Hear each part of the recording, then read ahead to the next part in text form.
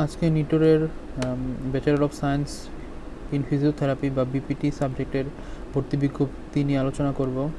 2022-23 সেশনের সার্কুলার এটি 28তম বেস। এখানে এই প্রতিষ্ঠানটি একদম সম্পূর্ণ সরকারি প্রতিষ্ঠান। পরীক্ষা এখানে ফুল সিলেবাসই হবে। আর এইখানে যে কোর্সটির কথা আমরা বলতেছি সেটি হলো bachelor of science in physiotherapy বা বিপিটি।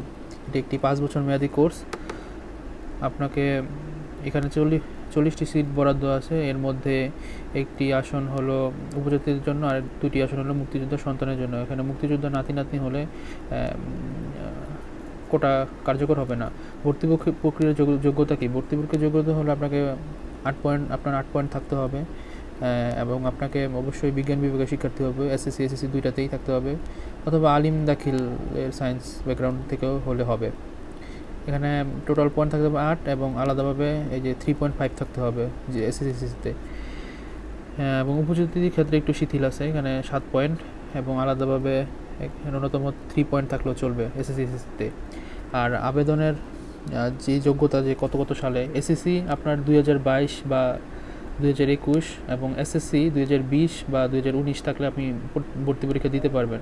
এখানে ইমপ্রুভমেন্ট থাকলে দেওয়া যাবে, তবে সেটা হলো আপনার মানে মেট্রিক 2019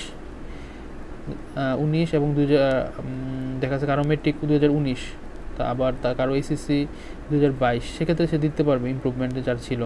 কিন্তু এই দেখা যাচ্ছে মেট্রিক 2019, 2020 এবং ইন্টারমিডিয়েট 2021 এবং 2022 এই সাল ছাড়া যদি অন্য হয়, যেমন 2018 সালে কেউ এসএসসি দিল, মানে মেট্রিক দিল, 2018 সালে কেউ মেট্রিক দিল, সে পাশ করলো, এসএসসি পাশ করলো 2021 সালে, সে দিতে পারবে না। বা কেউ 2019 সালের তার মেট্রিক, সে যথারীতি দেখা যাচ্ছে পাশ করার কথা ছিল 2021 সালে, সেক্ষেত্রে সে ইমপ্রুভমেন্ট দিল 2022 সালে, সেক্ষেত্রে সে দিতে পারবে। এই হলো নিয়ম আর কি ভর্তি পরীক্ষার আবেদনের যে যোগ্যতা। তারপর আবেদনের নিয়ম হলো অনলাইনে আবেদন করতে হবে। অনলাইনে আবেদন এই ওয়েবসাইটে গিয়ে nitor.bigm.soft.com এই অ্যাড্রেসের মাধ্যমে আবেদন করতে হবে। আর আবেদনের আগে বাংলাদেশের যে কোনো অগ্রণী ব্যাংকে প্রথমে গিয়ে আপনারা বলবেন আমাদেরকে আমরা একাডেমিক ফান্ড অফ ফিজিওথেরাপি এই নামে একটা হিসাব নাম্বার আছে বা অ্যাকাউন্ট নাম্বার আছে, এখানে টাকা জমা দিব। একটা রিসিট চাবেন, তারা এই রিসিট দিয়ে দিবে।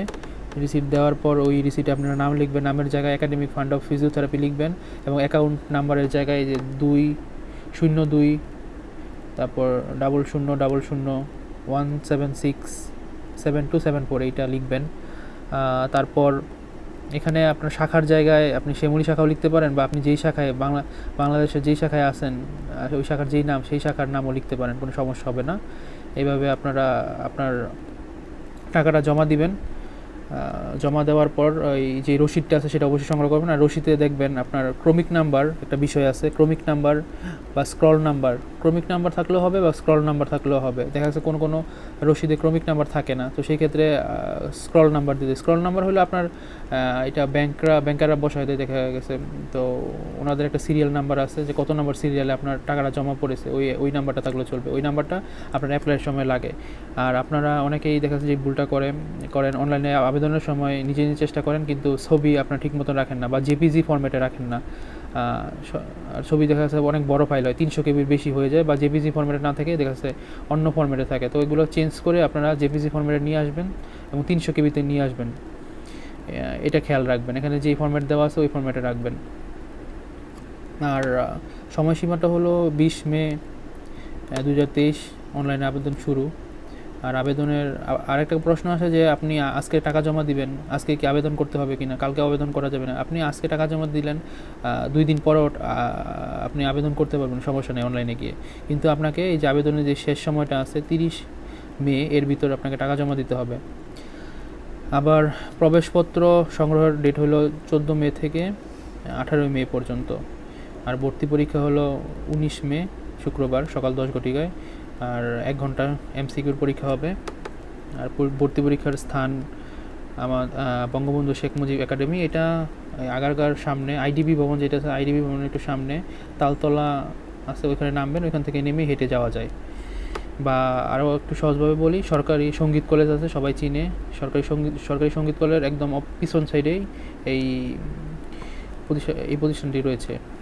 প্রবেশপত্র সংগ্রহের নিয়ম এই, আপনারা যে ওয়েবসাইটে আবেদন করবেন সেই ওয়েবসাইটে ঢুকেই আপনাদের আবেদনের পরে একটা অ্যাপ্লিকেশন আইডি দিবে। তো সেই অ্যাপ্লিকেশন আইডি সংগ্রহ করে রাখবেন, মাস্ট বি, সেই পিডিএফটা মাস্ট বি সংগ্রহ করে রাখবেন, কারণ ওখানে অ্যাপ্লিকেশন আইডি থাকে, বা প্রিন্ট আউট করে নেবেন। ওই অ্যাপ্লিকেশন আইডি দিয়ে আপনাদের পরবর্তীতে প্রবেশপত্র সংগ্রহ করতে হবে।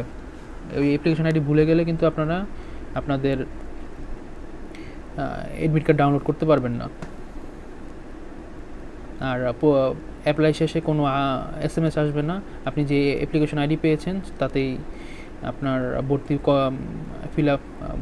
ভর্তি কার্যক্রম অনলাইন আবেদন সম্পন্ন হয়েছে সেটা কনফার্ম হবে। আর ভর্তি পরীক্ষার নিয়মাবলী কি, এখানে পদার্থবিজ্ঞান হলো 30 মার্ক, রসায়নে 30 মার্ক, জীববিজ্ঞান 30 মার্ক, ইংরেজি ও সাধারণ জ্ঞানে 10 মার্ক, সর্বমোট 100 মার্ক। আর SSC রেজাল্টের মেট্রিকের রেজাল্টের সাথে 8 গুণ এবং ইন্টারমিডিয়েট রেজাল্টের সাথে 12 গুণ করে 100 মার্ক করা হয়, মোট 200 মার্ক। আর প্রতিটি ভুল উত্তরের জন্য আপনার 0.25 করে কাটা যায়। আর এখানে ক্যালকুলেটর ইউজ করা যায় না, ক্যালকুলেটর ইউজ করা যাবে না, এবং কোনো ধরনের ওই রকম ডিফিকাল্ট ম্যাথও এখানে আসে না। মেডিকেল স্ট্যান্ডার্ড একদম কোশ্চেন হয়। আর এখানে সাধারণ জ্ঞানের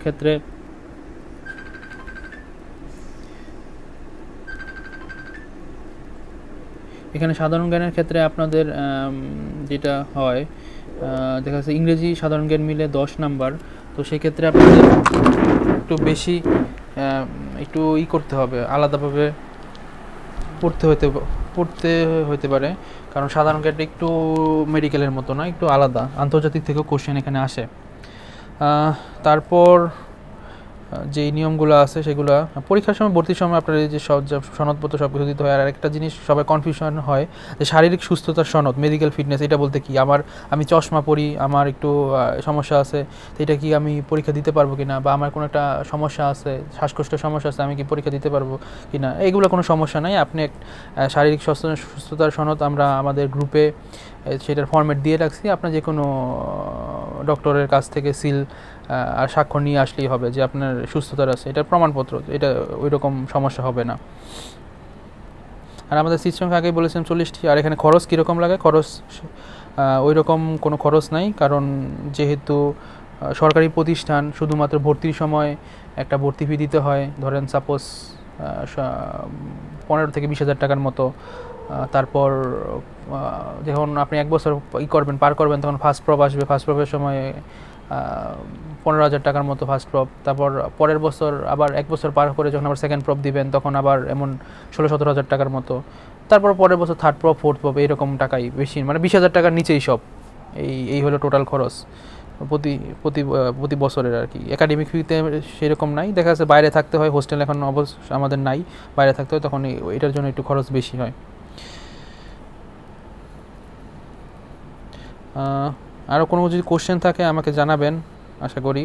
আর গ্রুপের আর ভিডিওর ডেসক্রিপশনটা অবশ্যই চেক করবেন, যে ফিজিওথেরাপি কী, বিপিটি কী, নিটোর কী, এই সাবজেক্টটা কীরকম, সেই সম্পর্কে বিস্তারিত ভিডিও, কীভাবে পড়তে হবে, কীভাবে কী করতে হবে, কীরকম ইনকাম, জব সেক্টর কীরকম, তারপর কোথা থেকে কোন সাবজেক্টে কোশ্চেন আসে, তারপর কোনো ভর্তি সহায়ক বই আছে কি না, এগুলো সব কিছুই আমি আমার ভিডিও ডিটেলসে অন্যান্য ভিডিও আরও করে রেখেছি, সেগুলো আপনি ভিডিও ডেসক্রিপশন চেক করলে সেগুলো পেয়ে যাবেন, সেই ভিডিওগুলো দেখে নেবেন। ধন্যবাদ।